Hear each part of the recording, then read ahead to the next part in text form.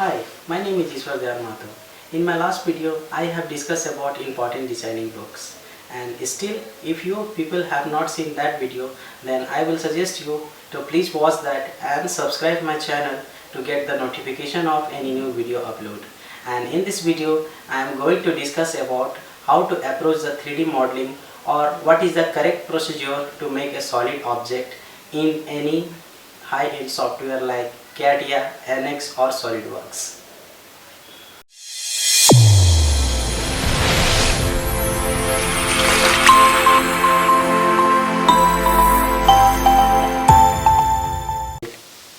Friends, almost we can make a 3D models, but some individual takes a less time and less effort.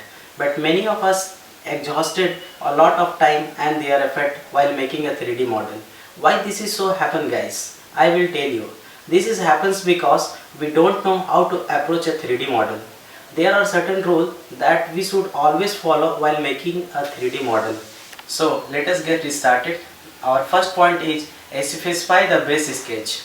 So here the bunch of figures are here. Figures are given, and yeah, you can see in the first exercise we have this figure, and you can see in every figure there are some features, and we have one base sketch. One can also say that here the more numbers of dimension are given, so we can also take this as a base part. As you can see, one can also question that we have two faces over there, and one can also ask that why you shouldn't take this as our base part.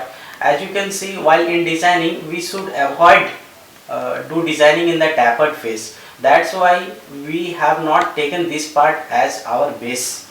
So we should take this as a base sketch. Now come to this exercise.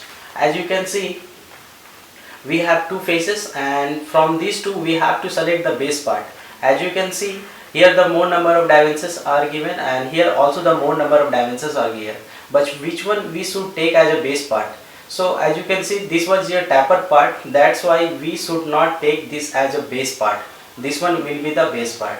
Now comes to this question. We have again two faces, and here the similar more number of dimensions are given over here. So you can see this is our base figure. Now coming to the next exercise. As you can see, this is our base part. Now coming to this exercise number 5. As you can see, either you can take this as our base part, or either you can take it this is our base part. Coming to next exercise number 6. Either you can take this is our base part, or either you can select this is our base parts. We have a second point. So second point says that you have to select the appropriate plane for the correct orientation of 3D model. So you can see in this book we have a model. The way it is oriented, the same way it should be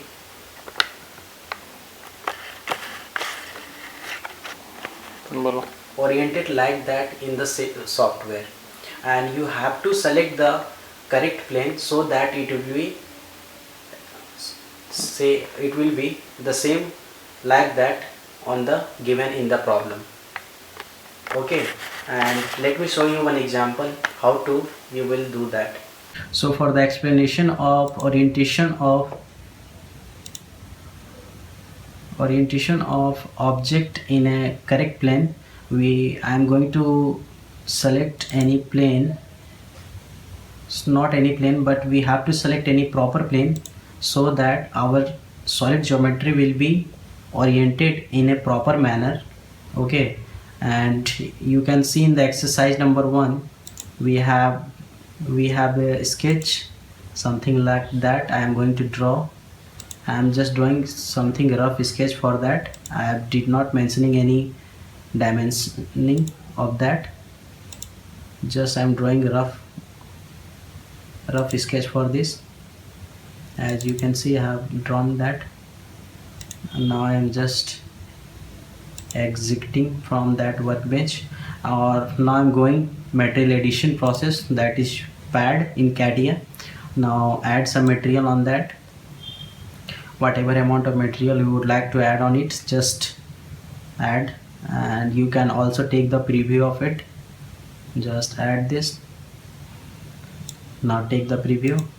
Okay, and you can see now this is a proper orientation, or we can say this is the correct orientation what we have shown in our exercise book. So we have a third point. Third point says that draw the sketches from the origin or with respect to origins. That means to reduce the dimensioning, we should always start the drawing from the origin or with respect to the origin. Explanation of third point, that is always draw the drawing from the origin or with respect to origin. As you can see for this figure, just go to sketch 1, just double click on that.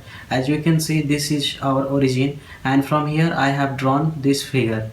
So for this purpose I have did not taken the distance with respect to the origin. That's why I have reduced the dimensioning.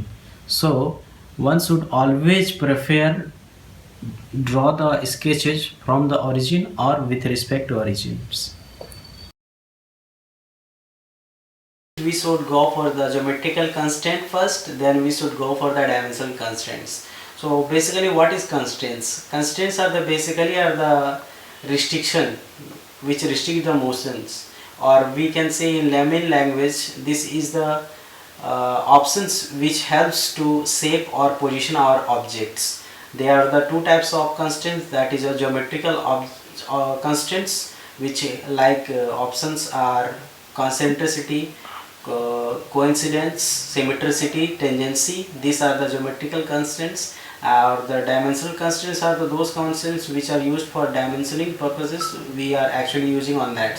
So whenever we are facing consequences on making a sketch, we always should go for the geometrical constraints, so that we should always make the shape on it, and then after we should dimension that object. So we are almost cover all 4 points, and for making 3D model, one should always prefer or remind these 4 points for making a 3D model in a correct manner. If you like this video, then give us like. If you have any suggestion or feedback, then please write it in my comment box. If you have any friends related to this designing world or designing background, then please share this video with them, and please subscribe my channel, because in coming days I am going to upload the complete tutorial how to learn CATIA.